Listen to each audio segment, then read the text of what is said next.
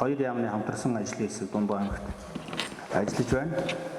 За энэ ажлын хүрээнд бол Төв алхын дуулалт жүжигийн барилгын асуудлаар орон нутгт дээр газар дээр нь одоо ирж үзэж танилцаж холбогдох одоо шийдвэрүүдийг гаргахаар дүгнэлт шинжилгээнүүдийг хийхээр одоо нэлээд өргөн бүрэлдэхүүнтэй баг ирсэн явдалд орон нутгийн удирдлагын зүгээс бол бас халуун талархлаа илэрхийлж байна.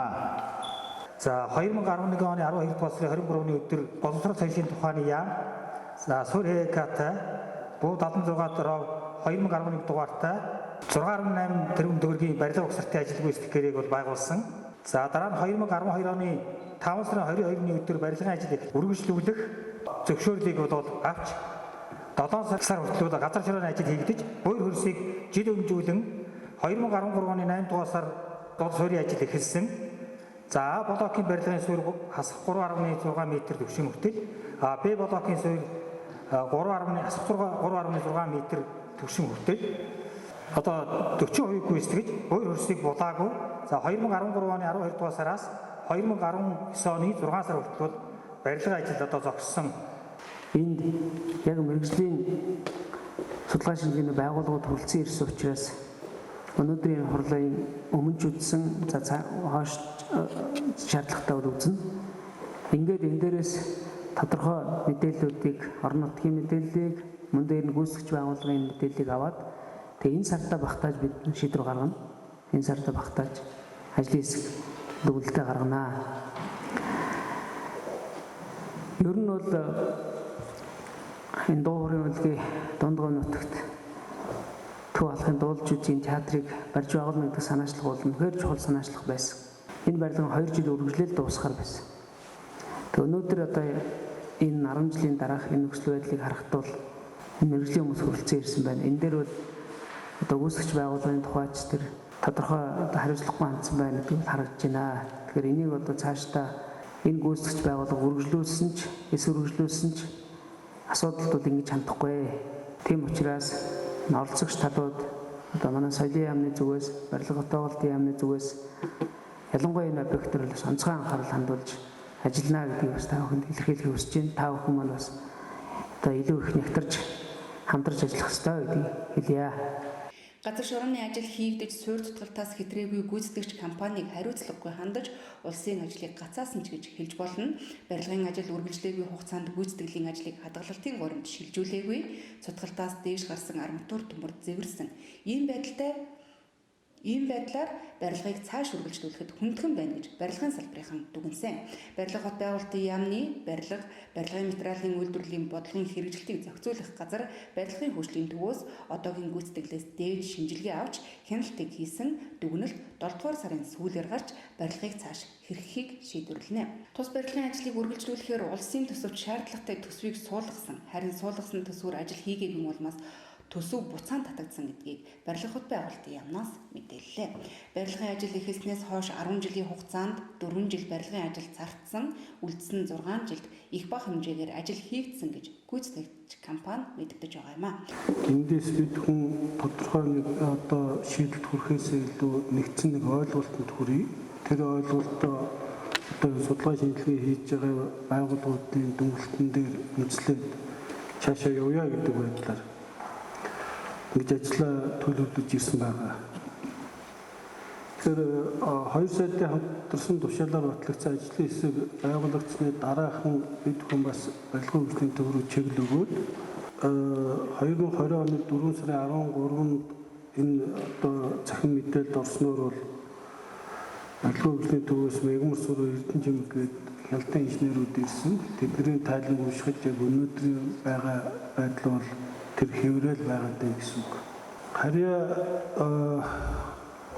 төрийн захирал бол соёлын яам маань тодорхой санхүү хөрөнгө оруулалтын асуудлуудыг шийдэх улсын төсөвт бол тусгаад за шаардлагатай тохиолдолд барилга готоолтын яам барилгын хөгжлийн төвөөс хамтраад аль болох дэмжих юм бодлого барьж ирсэн.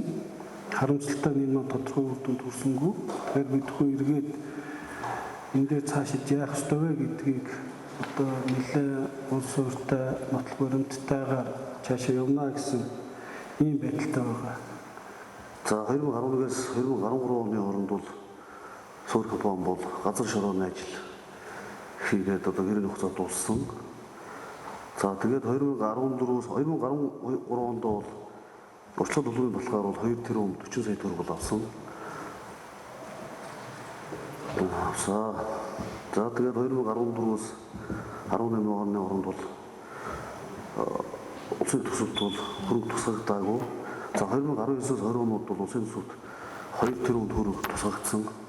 За Суур компани маань А блокийн суур ажил багнан суур. За зөөрийн нөхрийн багна шал нийлүүдийг хийгдэд бол ажлаа цааш үргэлжлүүлээгүй. За энэ хугацаанд бол бид бүхэн бол скалагчийн техник хэлтийг хийж байгууллагууд бол удаа дараа бас ажлыг түргэсгэх энэ хийсэн ажлуудаар нь хөндлөгийн байгууллага эрэг инструкцнаар бол дүгнэлтүүдийг бол удаа дараа гаргасан слайд дээр бол харагдаж байна. За энэ дээр бол бас баган суурин дээр бол бас за цааш нь үргэлжлүүлж болно гэсэн дүгнэлт авсан учраас бид бүхэн бас энэ компаниг бас ажлыг хийх гэж удаа дараа бас энэ хугацаанд бас албан бичиг өсөлтүүдийг тухайн яамдууд руу хөрвүүлсэн. Манай компани 2011 оны 12 сард тухайн үеийн боловсрол соёлын шинжилгээ ухааны яамтай гэрээ байгуулад 6.5 тэрбумын одоо тендерт оролцоод анх ялсан юм аа. За энэ гэрээ бол 2011 оноос 2013 оны 12 сар хүртэл одоо хугацаатай гэрээ байсан. За бид бол 12 онд бол ажлаа эхлүүлсэн. Эхлүүлэхдээ бол газар шорооны ажлыг хийгээд уул бетоны хийгээд ингээд үндсэндээ 12 онд бол ажил зогссон байгаа. За шалтгаан нь юу гэхээр зэрэг тухайн үед дундгой аймагт бол одоо бетон зургийн үйлдвэр байгаагүй, нэг ч үйлдвэр байгаагүй. Дээр нь хайрганы нэг үйлдвэр байсан. Тэр үйлдвэрүүд хангаж чадахгүй гэдгийг аль биесээр хэлээд тухайн үндсээ дараах бидний төсөл тавьсан юм аа. Танах хэрэгсээ нэг хайрганы бетон зургийн үйлдвэр хайрганы үйлдвэр байгуулж хичээг.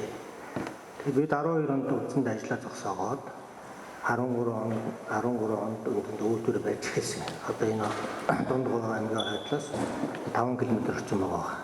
Тэнд одоо хайрганы үйлдвэр, энэ бетон зургийн үйлдвэр байгуулсан. За ингээд 13 оны 11 сард байгуулт дуусаад цахилгааны зөвшөөрөл, техникийн зөвшөөрөл авах цаг байтал 13 оны 12 сар болсон. За тэгээд техникийн зөвшөөрөл аваад цахилгааны аваад тэгээд үндсэнд ажил 13 оны 12 сард эхлүүлсэн.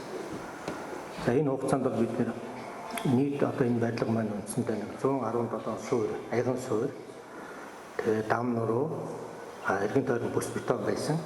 За энэний бараг 70% аяган суурийг хийгээд, бүс бетоныг хийгээд, тэгээд 13 онд ажил зогссон. Тэгээд ч гэрээний хугацаа дууссан юм аа.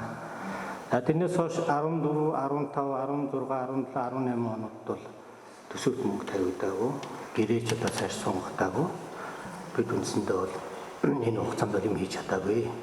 Тэгээд 18 оны 10 сард гэрээ 1 жилийн хугацаатай 18 оны 10 сараас 2019 оны 10 сар хүртэл 1 жилийн хугацаатай гэрээ дахин сунгагдаад бид энэ хугацаанд үндсэн одоо баган аяган суурийнхаа ажлыг бусад ажлуудыг хийгээд 2.8 хасах 2.8 төвшөнд ажлыг хийж гүйцэтгэсэн.